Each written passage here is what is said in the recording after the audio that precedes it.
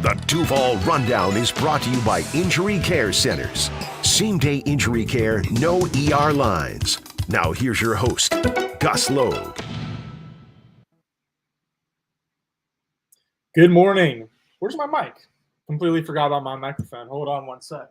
Didn't even realize until I was looking at myself. Got to make sure it's good audio quality. All right, here we go. Good afternoon, and welcome to episode 19 of Duval Rundown. My name is Gus Logue. We are presented by Injury Care Centers. We are supposed to be joined by Rick Ballou on today's show, to the great joy of all of his supporters. I'll say, I feel like every radio host at 1010XL has their own like little mini fan group, but Rick's is the loudest, and I mean that as a compliment. But Rick is not here quite yet, and so we'll just get started with trivia, of course, as we do every time. My fan is still going too. Let's get started with some trivia, and then we'll go to show and tell and see if Rick will show up. So, all right, here we go. The Jaguars have allowed 29.7 points and 390 yards per game this season, which would be its second worst marks ever over a full game season. This was heard through Mike DeRocco of ESPN. So what was the worst defensive season in Jaguars history? Was it in 1995, 2012, 2015, or 2020? I was going to see if Rick could get it right, but let me shoot him a text real quick and we can see. The correct answer... Oh, he just texted me. I'm sorry. Let me make sure to get Rick on real quick. But the correct answer in the meantime was 2020. It was the worst defensive season in Jaguars history by both yards per game and points per game allowed. And so stand by just for one quick second. Sorry, everyone. But again, I know that everyone loves Rick. So let me try to figure out how to get him on.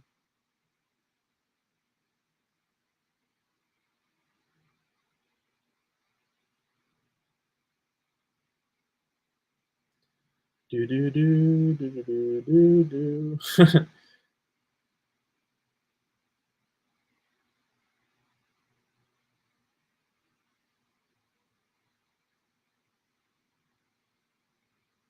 All right, give me a few more seconds and I'll start doing some show and tell while we wait for Rick to join, because I know he is on standby. It's just a matter of getting him in here.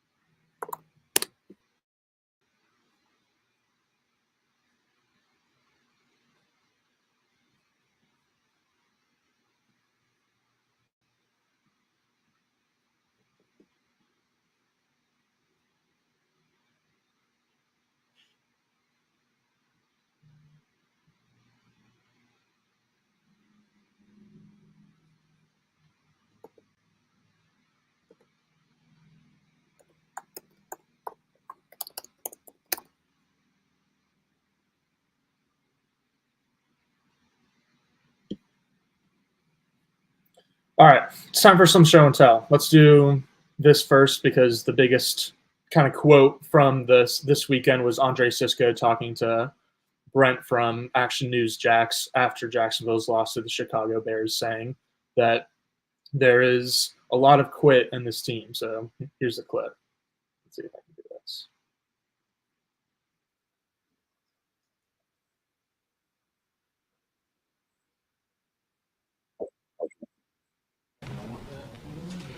A lot of quit, and I don't know, just last line of defense.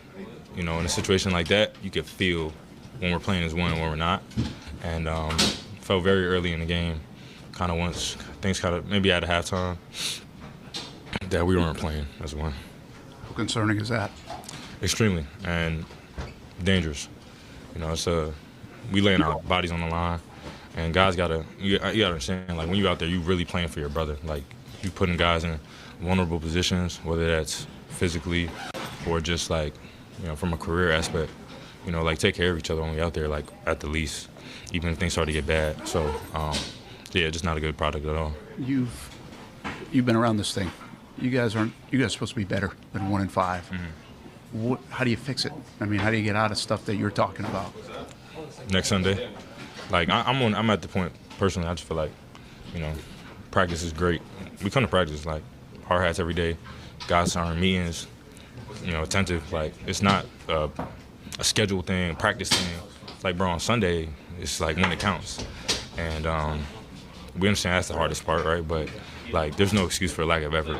Like, that's literally the least you could do is come out and give effort. And I'm not calling, like, I'm saying that to myself too. Like, so, that's always the mindset is like, come out, give your best.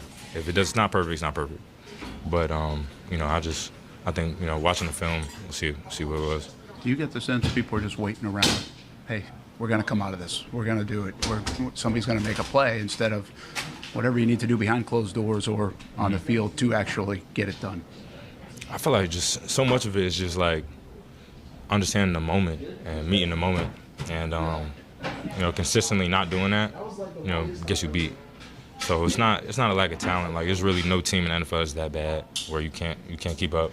So it's not a lack of talent, and I know we have a really, really good team. But man, it's just too many moments in the game where it's like third down, get off the field. It's consistent. Does it come down to pride right now? I mean, because who knows with the record where this thing's going? I mean, the season's not over, like, by any means. Like, we've seen, like, the NFL is built for you to play until week 18. Like, we know that. So it's not a matter of, like, oh, the season's over, it's quit, look towards next year. It's not none of that to me. But, like, we gotta understand, like, it's a Sunday thing. Like, it's not a scheduled thing anymore. Like, that's dead. Like, so at this point, everybody just gotta understand that Sunday is the time where you show, like, what you mean. Like, mean what you say.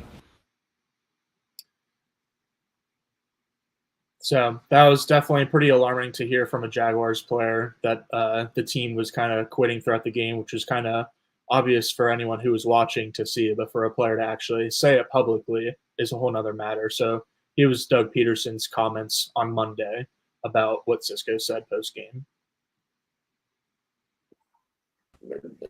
Being the schedule's a little bit different.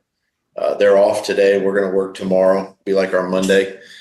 Before we head into the week, I would like just to get some clarification from his side. I don't think he meant it in a obviously it's his observation, but I don't think it was necessarily meant to harm anything or point a finger at anybody or anything like that. I think sometimes when you get in a game like yesterday, that sometimes is the feeling. We've been on the other side of that too, where we've had games where we felt like we've had that type of success, and you feel that way with your opponent. But again, I don't think it was necessarily a finger pointing. Here were some comments from Trevor Lawrence after the game. This video and the last one was from Jaguars YouTube, by the way. Later in the game, but how was it a momentum killer? I guess maybe Gabe's drop touchdown on the first drive after getting the 3-and-out defensively and then marching all the way down the field. No, I mean it's football. That happens. I missed a couple throws tonight too, so it's going to happen. Obviously, you want those guys to catch every ball, and that'd be great, and they want to catch every ball. But that's just not this game, and you're going to make mistakes, and stuff's going to happen, and we end up getting a field goal, and it's 3-0 us. So, I mean, yeah, we'd love to score, but it's a long game. I think as a team, like, we can't be so fragile. It's like it's not going to go perfect every week. Most weeks aren't going to go perfect. You're going to have to sometimes dig yourself out of a hole. We got down in the second quarter and had an opportunity to come out at halftime and didn't take advantage of it. So, no, I don't think that was – I mean, obviously, you look back, every play matters, and we had plenty of mistakes. But, no, I don't think that was a huge momentum shift. Obviously, you'd love to make it, but, no, it's on all of us. Trevor, is there any way back from 105 for the team and for the head coach? Yeah.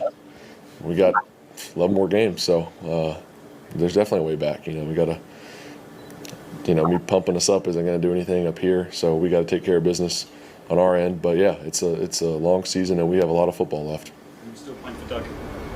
Am I still playing for Doug? The team is still playing for Doug, yeah.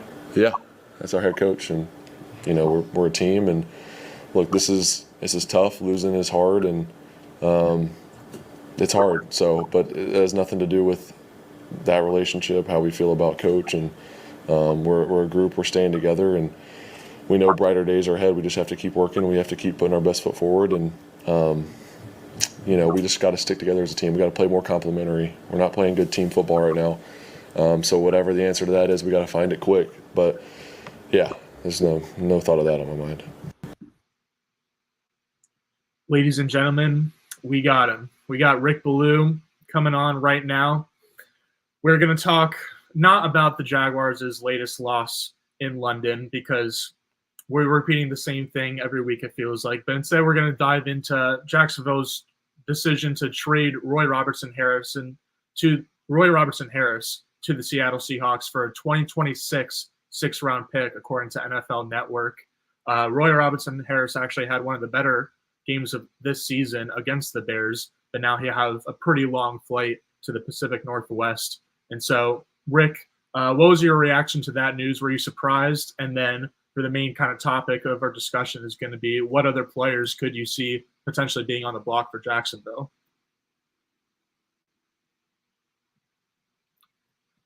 Looks like you're unmuted, Rick. Try to unmute yourself. Is that good? Yes, sir. Now we can hear you. Got me? All right. I'm not too technical. I'm a little old school when it comes to this. Neither one of my daughters was around to help me out with this. But, you and I talked about it yesterday. And then, it's interesting enough that it happens a few hours later with Roy Robertson-Harris. I think he said something. The Andre Cisco comments, I think, had a little bit of an effect yesterday. And when you have a guy come out and say something like that, to me, that means that there's problems internally, with that defense and with that football team. And the Roy Robertson-Harris story, he was voted as a captain a year ago. And, it wasn't Josh Allen, it was him. I'd also heard from 2 or 3 different people that, he's kind of surly, not the most liked guy in the locker room. And those who did not vote for him clearly didn't think he should be a captain. So I'm not surprised that this happened with Roy Robertson-Harris. I think it's only the start of things that could come. Harris was out of position in this new defense, and, he's better suited playing in the interior. So I think he'll help out Seattle. He's a 31-year-old who never should have gotten a second contract. That was a mistake. I mean, they're going to have to eat some serious dead cap money here, about $4 million this year, and I believe $6.5 million in 2025. But, what becomes interesting about this, Gus, is I think more players are going to be moved before the November 5th deadline. And I'm in the minority here. I'm the only person that I know who believes that Trent Baalke is going to survive all of this. I think he's got the ear of Shad Khan, and I think he's convinced Shad Khan that he has the best team that Shad Khan has ever owned. I'm also a firm believer that Trent Baalke did not want Doug Peterson. The way that they handled that pursuit of bringing him in as a head coach 3 years ago was so absurd. I mean, they brought in Doug Peterson and Jim Caldwell when you had an advantage over the rest of the league to get your coach. Then they let almost 5 weeks go by, and they got all these rumors about Matt Eberflus and Byron Leftwich. Finally, they settled on Peterson. It just never felt like to me that Peterson was Trent Baalke's guy. And I think he goes back to Shad Khan and he says, see, Doug Peterson wasn't the guy. We need to go out and get someone else. So, again, I am the only one I know who believes this. Everyone else says, Ballou, you're crazy. They're going to fire everyone and start all over again. I think Trent Baalke is going to survive all of this. I'm honestly right there with you, Rick. I think everyone kind of knew that Doug was on his way out really ever since the home opener loss against Cleveland in week 2. It's just been getting closer and closer to Doug being the second head coach let go this season after Robert Saleh last week. But I'm right there with you in terms of I think Baalke is going to survive this as of now. I think it would have to be a pretty disastrous season and like they win 1 or 2 games the rest of the way and don't see a lot of improvement or production from a lot of recent draft picks or kind of like Baalke guys that he added to the roster. And it would have to be just like a total disaster for Shad to actually want to clean house, because I know that like I feel like a decent amount of people have said this. It's not just me, that the general manager is likely the one who's in Shad Khan's ears telling him that this is the best roster in team history before the season started. And so I think that Trent will continue to be in Shad's ear and be able to convince him to give him another shot, which is disappointing because obviously you don't want to kind of wait around for significant change to happen, but especially when you have a franchise quarterback who just signed a deal and is just now entering his prime. And so it would be a little bit brutal to see Trent Baalke stay around for the long term, but I'm right there with you where I agree that that's where it's probably headed right now. Yeah, I mean, moving Roy Robertson-Harris for a 6th-round pick in 2026 doesn't help the Jaguars win this weekend against the New England Patriots. So to me, it says Baalke is safe.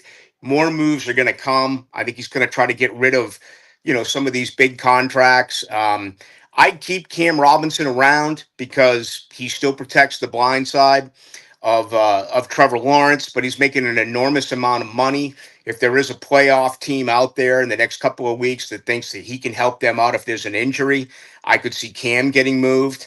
Absolutely could see Andre Sisco getting traded after the comments that he made yesterday. And, Pro Football Focus had him the highest graded player.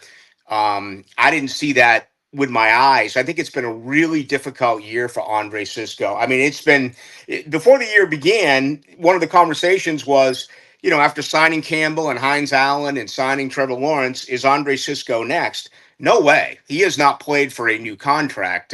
You can't give him top 5 money. You can't give him top 10 money. So if you can get anything for Andre Sisco, I think there's an opportunity that they move him. Those would be the top 2 that I look at.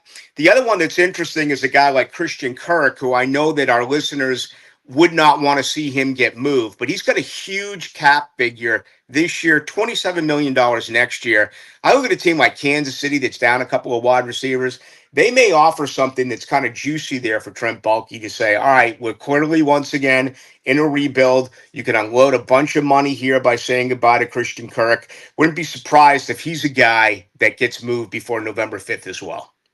Yeah, I know ESPN's Dan Graziano and Jeremy Fowler actually reported a couple weeks ago that I believe the Steelers had some interest in Christian Kirk, and then obviously the Chiefs are a team to watch. So Christian Kirk, certainly someone who, as you were kind of saying, fans and everyone around Jacksonville will be pretty surprised to see him go. But based on the way the season is progressing, it might not be that big of a shock. I certainly agree with Andre Sisco. It's kind of crazy how much he's fallen even just since the offseason, where he was getting a lot of hype just based on how flashy he looked last year when healthy. But I don't know if he isn't quite healthy or if he's out of shape or like not kind of fitting in the system. I don't know what the issue is, but he has not lived up to this second contract that he's yet to receive, as you were saying. And I feel like after the team extended Trevor Lawrence and Josh Hines Allen and Tyson Campbell this past offseason, the question was who's going to be next. And I feel like Andre Sisco was the answer to that question. It's just that Jacksonville wanted to see another year out of him before giving him a deal. And obviously they've not seen the year that they would like to see. And so I think that makes sense as a candidate. Another name I would want to bring up is Devin Lloyd, the linebacker, because I think when with the way Ventrell Miller is playing, and then when Foye Oluokun returns from injured reserve, which it will probably be in the next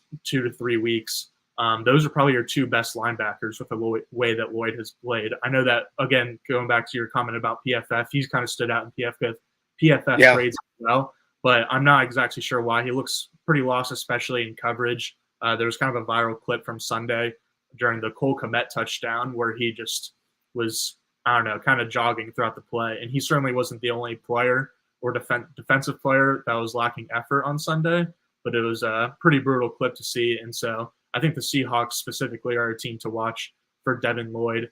And then I think the last name that I really wanted to make sure we mentioned was Travis Etienne, because Mike Florio of Pro Football Talk said he's heard some quote-unquote chatter about the former first-round running back and with Dallas as a potential spot. So what do you think about Etienne potentially being on the block with what we've seen from Bigsby? Yeah, I think it's a chance for both. But here's something that we have to consider is that ego comes into play here. Devin Lloyd, Travis Etienne, even though I was always a believer that Travis Etienne was an Urban Meyer pick, not a Trent Baalke pick. I don't know that. That's just my gut feeling on it. He invested first-round picks. You're going to get nothing even close to that in return. Devin Lloyd just has not progressed. He doesn't have the instincts that you want. I think every fan in Jacksonville wishes that you could see him blitz the quarterback, rush the quarterback. It just doesn't happen. He's not good in coverage. And, we talked with him during uh, during training camp at the Miller Electric Center, and he smiled about being the Mike and smiled about not having to be in coverage anymore. Yet with this system, there are times where he was clearly out of place.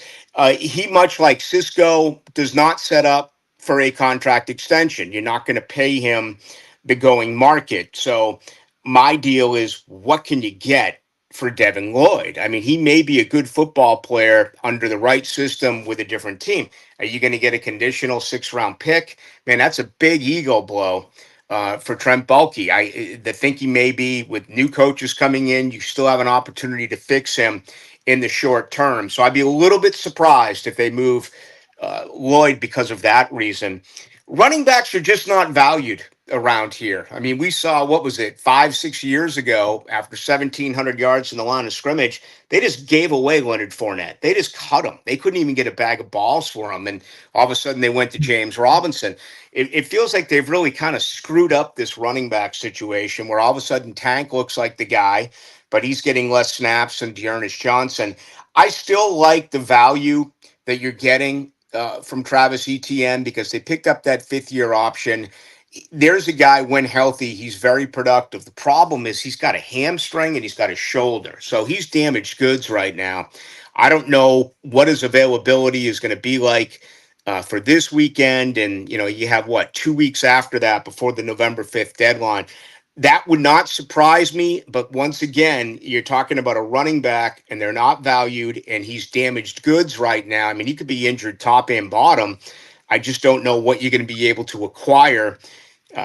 Giving up players like this for 6th-round picks, 7th-round picks, that's cutting salary, which is good when you want to rebuild in a year, but you're just not getting enough value. I mean, it feels like every year Trent Baalke's got way too many 6th-round picks. Remember, 2 years ago, he's going to pile all these picks together and be able to move up.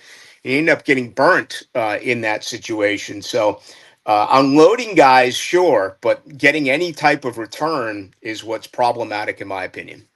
I totally hear you, especially with ETN, with the way that the running back market has been depreciated over the past 5 or 10 years. I don't know how much they could get for him. I don't know how much sense it makes to trade him, because even if he has yet to finish a season fully healthy in his NFL career, he certainly has all the talent in the world. And I kind of feel for him a little bit that he's just hasn't been put in like the right system to truly maximize his talents. Pretty similar to his former college teammate and current teammate, Trevor Lawrence. The only other name I really had that I thought of was Mac Jones, because I thought, even though they were clearly looking for a upgrade at backup quarterback over CJ Beathard, mostly, or at least partly because Beathard was banged up himself last year and couldn't even play a few games without getting nicked up.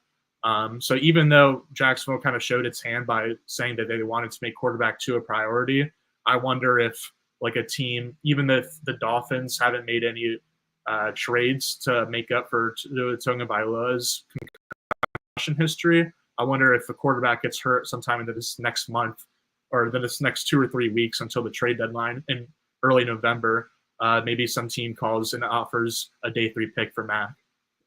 Well, I would do that. I would. And I know the organization likes him. They feel that if something did happen to Trevor after 5 injuries a year ago, that they can win games with Mac Jones. I read somewhere that if Belichick was to come, he would have to sort out the Mac Jones situation. I just laughed. I was like, are you kidding me? If Belichick comes, don't worry about the Mac Jones situation. But I think where you are, he's a backup quarterback.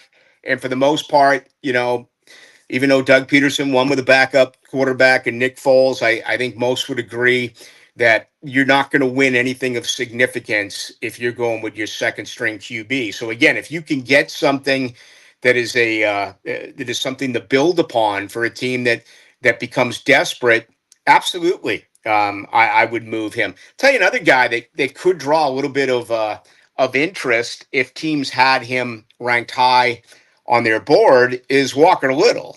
He's a backup, but and you're going to get a 7th-round pick, but he's the guy in the final year of his contract that I don't want to see him come back. I mean, what is kind of intriguing to me would be if they moved Cam, then just take Anton Harrison now and put him at left tackle, because he's going to be your left tackle in 2025. and then play Walker Little at right tackle. But knowing the way things go here in Jacksonville, Walker Little would have a really good, last 3, 4, 5 games at right tackle. And then you're like, oh, you got to re-sign Walker Little. And it's like, no, it just hasn't worked with that guy. They really have treated him poorly in every sense of the way it should have been. I mean, his 4 starts last year at left tackle were good. They moved him inside. He got injured, was never able to come back. So, yeah, I think you may be able to get a little bit of something for him as well. And, I think every move that they make, what we started with, it goes back to the fact that, unfortunately for our listeners, I think Trent Baalke is going to escape all this. I think there'll be a new coach new assistant coaches, new coordinators, plenty of new players, but I think it's going to be the same old general manager. I agree. So we'll see what moves general manager Trent Baalke continues to make throughout these next couple of weeks into the trade deadline.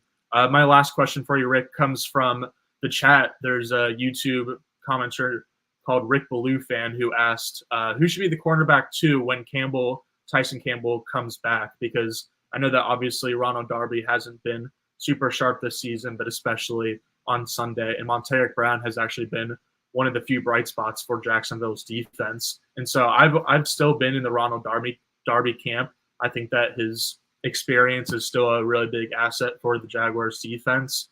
What do you think about Ronald Darby versus Montaric Brown right now in the, I guess, race for cornerback 2 behind a healthy Tyson Campbell?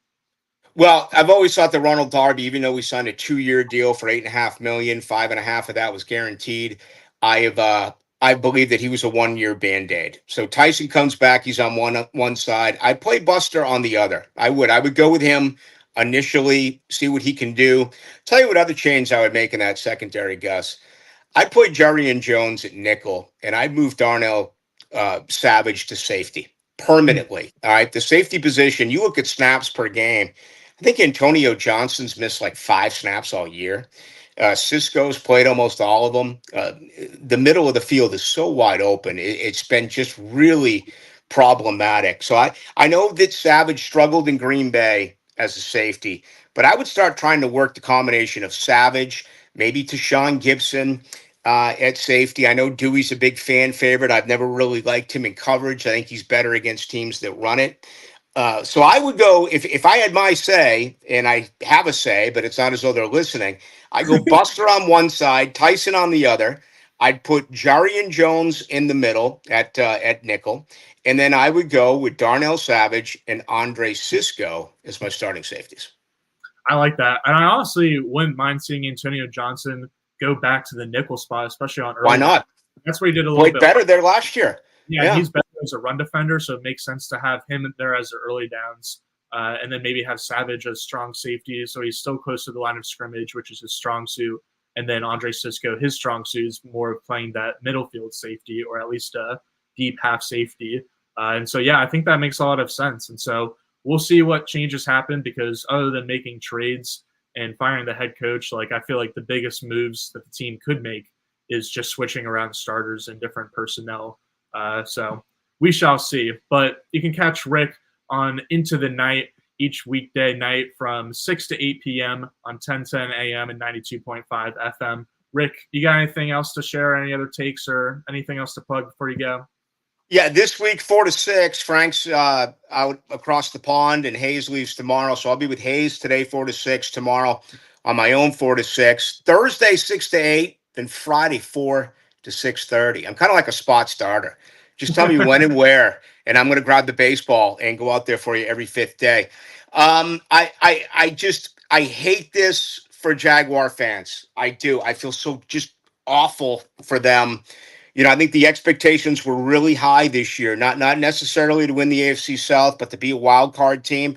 There's a lot of talent on this club. Maybe not as much as I envisioned, but there's still good football players on this team. And I cannot believe that Doug Peterson, this is all on him, put himself in a position where he's going to get fired for doing the exact same thing now with 2 stops in a row. He sold himself out for Press Taylor, which I'll never fully be able to understand. I hope somewhere down the line we learn why that was. And I think some of this, Gus, is on Shad Khan. Why doesn't Shad Khan, he talks to them before the game and after the game. Why not pull him in there and say, listen, Doug, here's the deal. Either you call plays or you're fired. Simple as that. You call plays or you're fired. But he continues to go with Press Taylor. It's felt like for a very long time that Trevor Lawrence is not on the same page. So that's a problem. And then, really got burnt here by Ryan Nielsen. I'll be honest. I ate that up 100%. I thought this guy was bringing a ton of juice and a new system. We told how aggressive he was going to be. One blitz in the first half Sunday. In the loss, it's just, Mike Caldwell was a better defensive coordinator, and I never thought that those words would come out of my lips. So, feeling bad for Jag fans. I know they've been patient, and unfortunately, they're going to have to be patient even more. Yeah, well, we appreciate everyone who's sticking with us on Duval Rundown and in all 1010 XL shows. Thank you to Rick Ballou for joining today. Again, you can catch him on his show Into the Night and everywhere that he's spot starting this week and in the future. So thanks again, Rick. All right, Gus. Hey, next time I'll work out these glitches, man. I promise. Thanks for your patience. We still got you. All right, buddy. See ya. Yeah. All righty. It's time for a quick word from our sponsor before we get to the rest of our show and tell segment. Thanks for listening to the Duval Rundown, brought to you by Injury Care Centers. Same-day injury care, no ER lines. All right, let's go to Doug Peterson talking with Bucky Brooks of Jaguars.com / Jaguars YouTube after the game on Sunday. Penalties and all this other stuff, it is the strangest thing to see the best players not doing the things that are very routine and mundane that are always done in practice in those things. And look, it's more of a statement than an answer. I really don't know, because on the side when I'm looking, it's really beyond belief to kind of watch it play out in games. But now you have a week to get your team ready for New England. What is the first step to kind of putting this one to bed and being able to cast your eyes towards a better performance against New England, even though it doesn't matter who you're playing?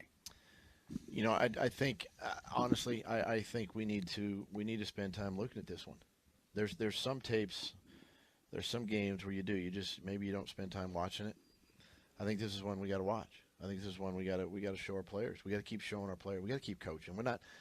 Listen, there's another game coming whether we like it or not. There's still, what have we played, 6 games? So we play 17 game schedule. So yeah. We got a few more games left. Right. So nothing. Nobody's gonna feel sorry for us. Nobody's gonna say, okay, but we've got to change. I say we. It's all of us, coaches, players, everybody. We have got to change right now that culture. And it's otherwise it just gets out of control. Right. We're on a slippery slope. We're right on the cusp of that slope, and at some point we've got to. We just have to. Enough is enough, and you got to have enough pride and figure out a way. Well, hopefully we have a good week of practice, and next week, and we will. We will have a great week of practice. Yeah. That's the thing, is you just got to keep going. You've got to keep going, and we're not going to go get a bunch of new players. No. That's not what you do in this business. You don't do that. We got to get the ones that are hurting. We got to get them healthy. Hopefully a guy like Tyson Campbell comes back and can help us. We got guys like Foyer who's still sitting there. He comes back, Dewey's in a coach. So I'm not saying we wait till then, but at the same time, we've got to keep going. And we got to keep practicing. We got to keep pushing. We got to keep working them hard, coaching hard. Listen, we got to take ownership of it. This is what we're putting out there. Here's Peterson on Monday following up about his culture comments via Jaguars YouTube.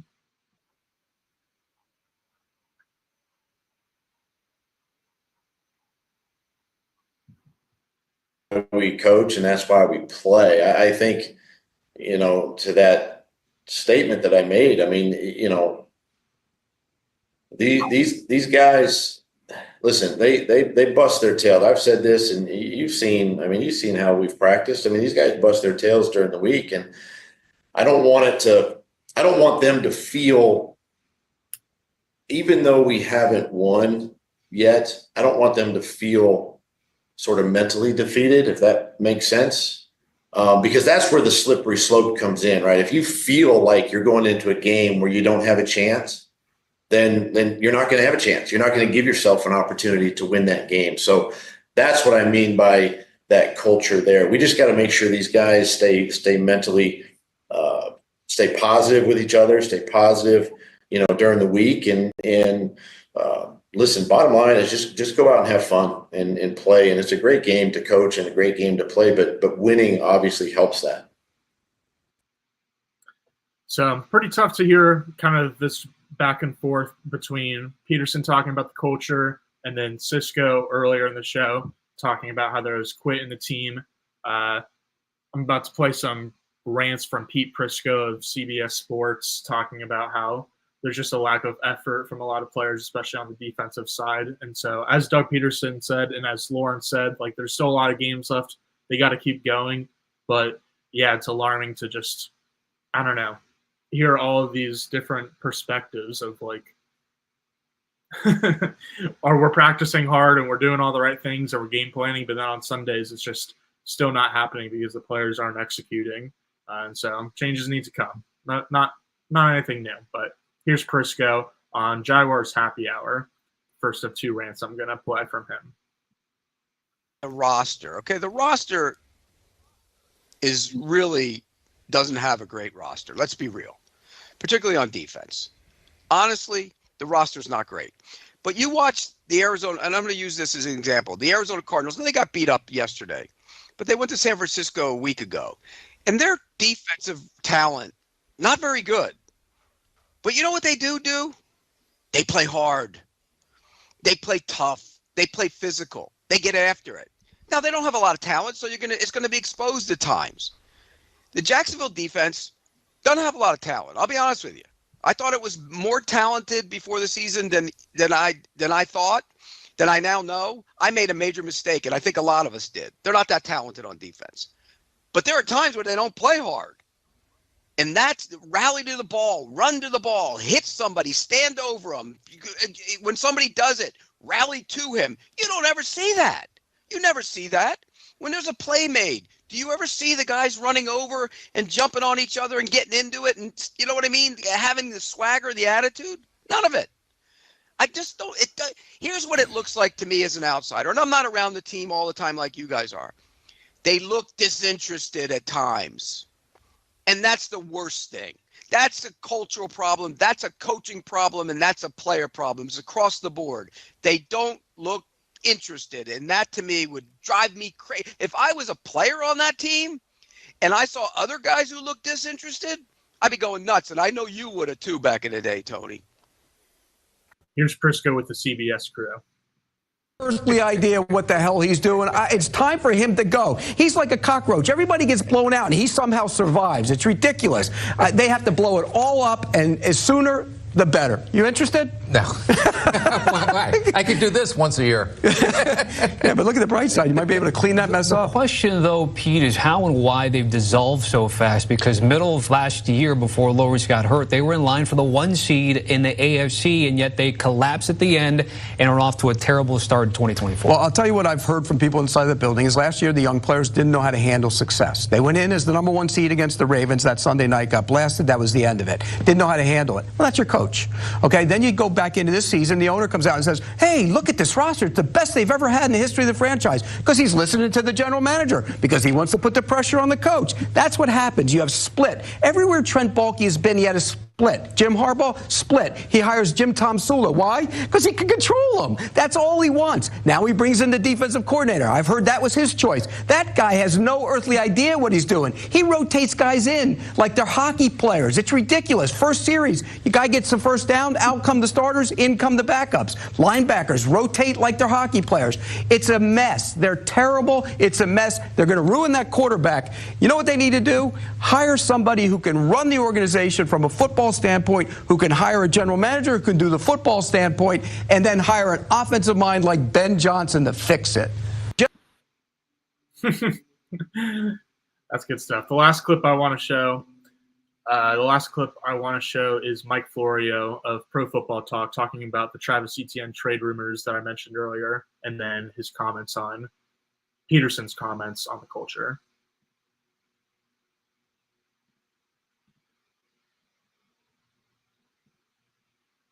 The season to just go ahead and end. They're 1-5.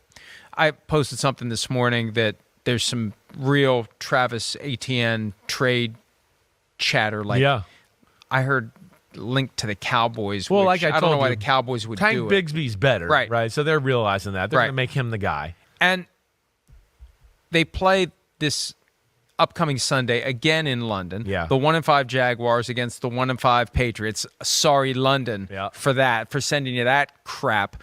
But, like, is Doug Peterson safe just because they're staying? When you've got Andre Sisco come out and say they quit, basically, Peterson says we need a culture change. You don't talk about changing culture in October.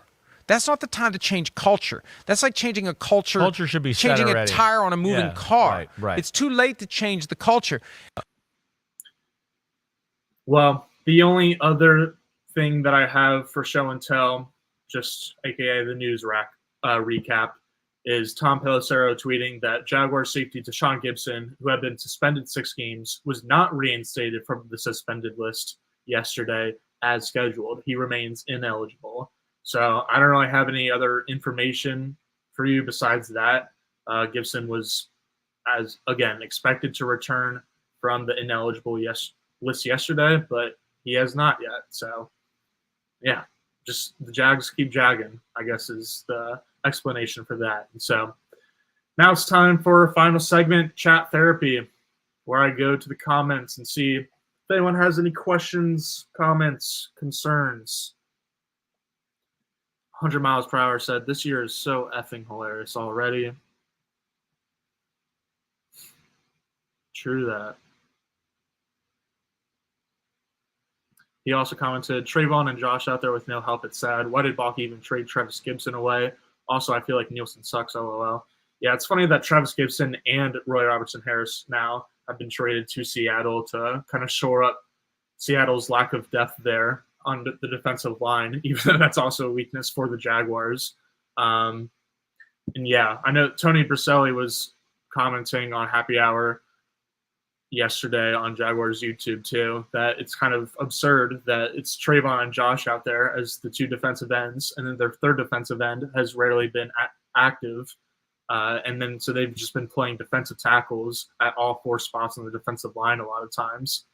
With Roy Robertson-Harris and Eric Armstead getting a lot of edge snaps recently. So I do feel for Trayvon and Josh as well.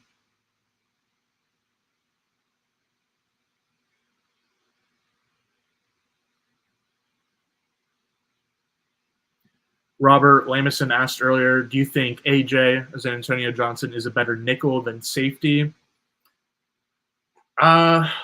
I think he's probably better as a strong safety. Either way, it's best to get him near the line of scrimmage so he can kind of like react quickly and use his athleticism to make plays on the ball. Honestly, kind of similar to Darnell Savage, but Savage is much better at pass coverage, whereas Antonio Johnson is much better at run support.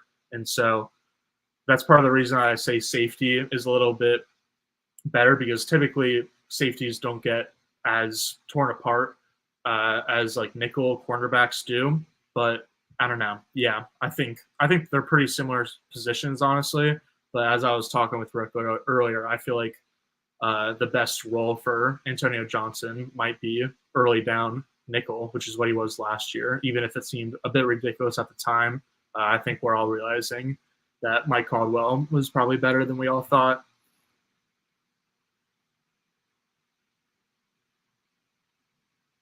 Rick Ballou fan said, I think if they draft a tackle next year, yeah, lock it in. That's your first-round pick. Just hope that the second and third-round picks are also offensive linemen.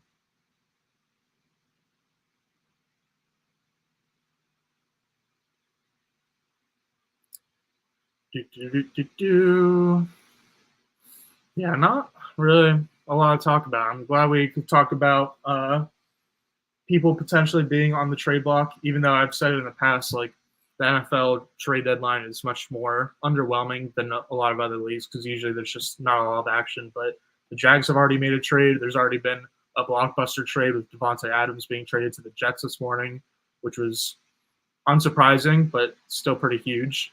So yeah, it'll be interesting to monitor again leading up to, I believe, November 4th is the official trade deadline for the NFL this season. And so that'll at least be one thing for Jaguars fans to keep an eye on before we officially get into draft mode and tank mode and all that stuff. So let's see if we got any other comments before I get out of here.